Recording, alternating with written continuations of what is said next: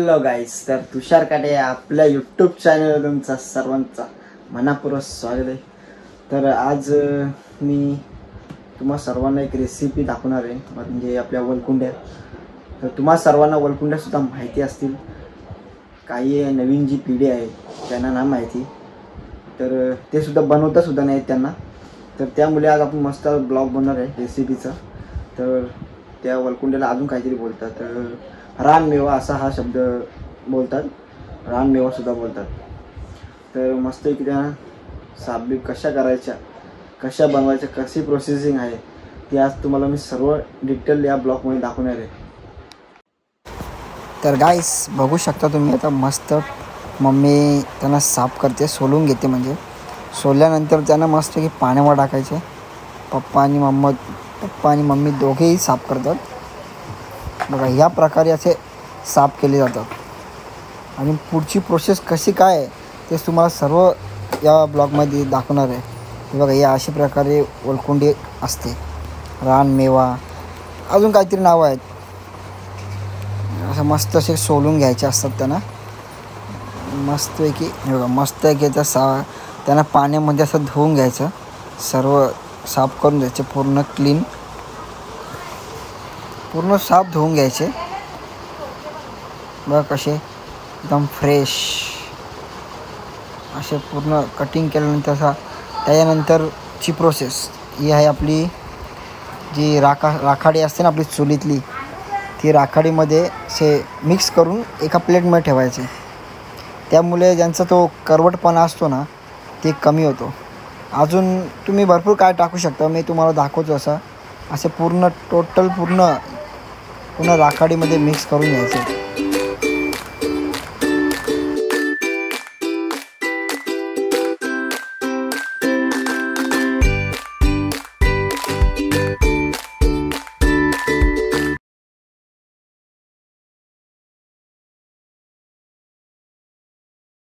चला गाईच, आता मी मस्त की वलकुंड्या 5 मिनटं झालेले आहेत।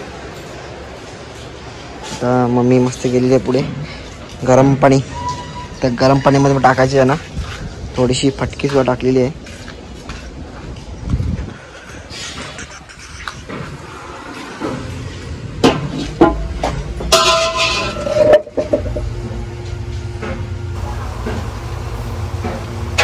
मस्त गरम पाणी सुद्धा आता झालेलं आहे आपलं, आणि ते या गरम पाण्यामध्ये आपल्याला टाकायचे आहे। तर बघूया, मम्मी टाकते।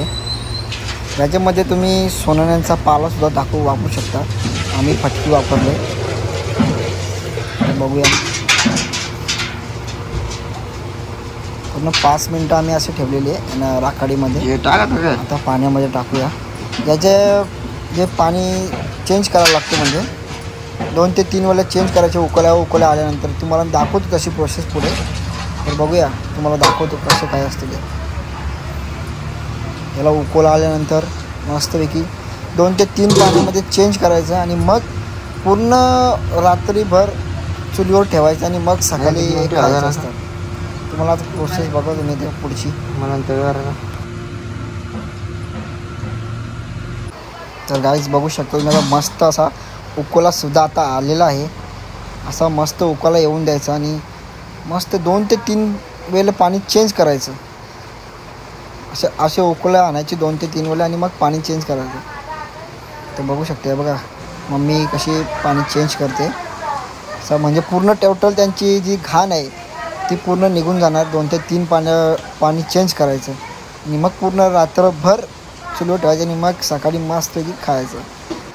रेडी आहे आता मस्त की सकाळ तर मी खातो, आणि टेस्ट तर मस्त आहे।